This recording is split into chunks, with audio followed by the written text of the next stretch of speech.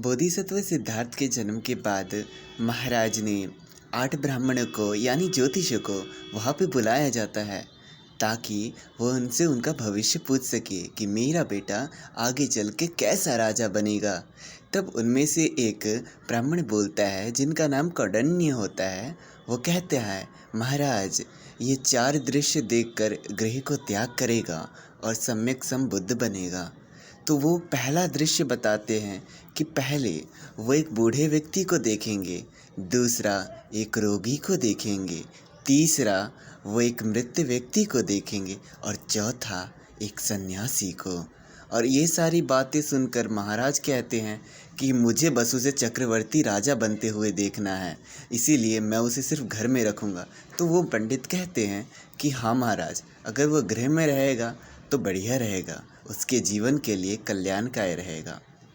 मैं तो कहता हूँ कि आपको उसे घर में ही रखना चाहिए और घर ऐसा बनवाना चाहिए जहाँ पे कोई भी रोगी, दुखी व्यक्ति या फिर कोई भी ऐसी व्यक्ति घटना ना हो जिससे कि उसके हृदय में वैराग्य का भावना उत्पन्न हो।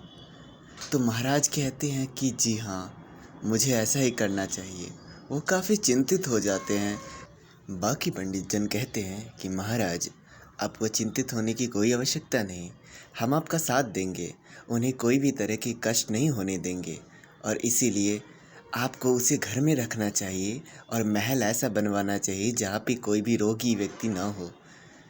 तो महाराज, हम आपकी मनोकामना को पूर्ण करेंगे, हम इन्हें राजा बनाएंगे, ये चक्रवर्ती राजा ही बनेगा, आप देख लीजिएगा। और ये बातें सुनकर थोड़ा सा महाराज के मन में वो भावना आती है कि हाँ, हो सकता है, और फिर वो चैन की सांस लेते हैं।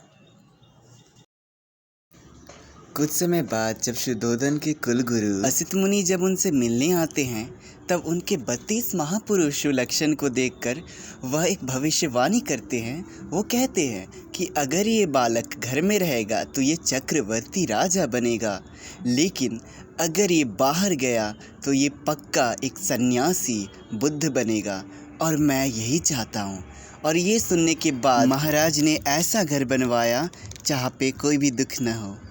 कुछ समय बाद यशोधरा का स्वयंवर रचा जाता है, जिसमें अनेक कुशल राजा, महाराजा और काफ़ी ज़्यादा लोग आते हैं वहाँ पे उस स्वयंवर को देखने के लिए।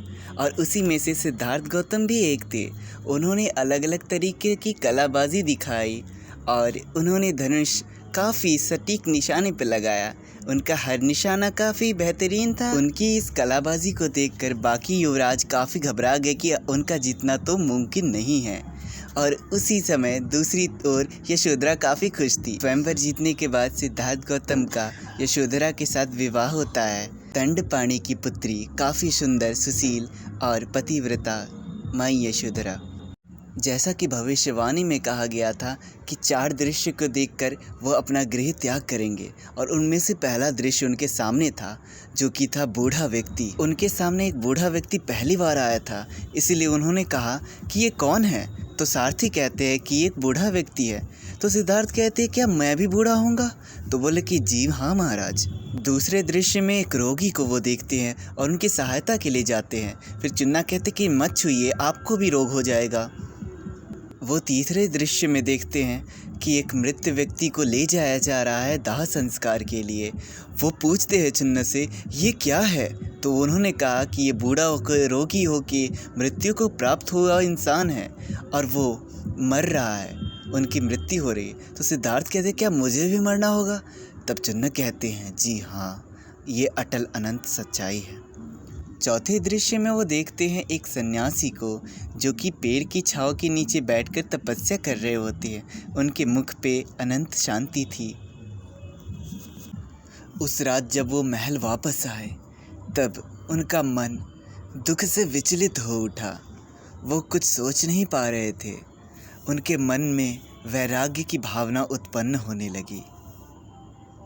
सिद्धार्थ गौतम रात भर उसी विषय में सोचते रहे कि कैसे वो व्यक्ति जिंदा था, कैसे वो बूढ़ा हुआ, वो रोग से ग्रसित हुआ और एक दिन मृत्यु को प्राप्त हो गया।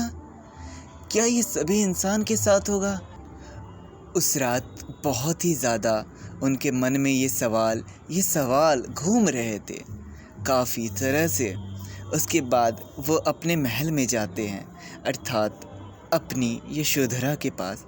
वो एक टका उन्हें नहारते हैं। उसके बाद अपने सारथी के साथ घर छोड़कर जाने लगते हैं। जाते समय रास्ते में एक नदी के किनारे वो विराम करते हैं, अपने घोड़े को आराम देते हैं और चुन्ना से कहते हैं, चुन्ना, अब मेरे जाने का वक्त हो गया है, अब यहाँ से मेरा सफ़र अलग हो गया। और उसके बाद वो अपने बाल को हटा लेते हैं, काट लेते हैं और कहते हैं, चुन्ना, अपना ख्याल रखना, अब मेरा सफ़र शुरू होता है।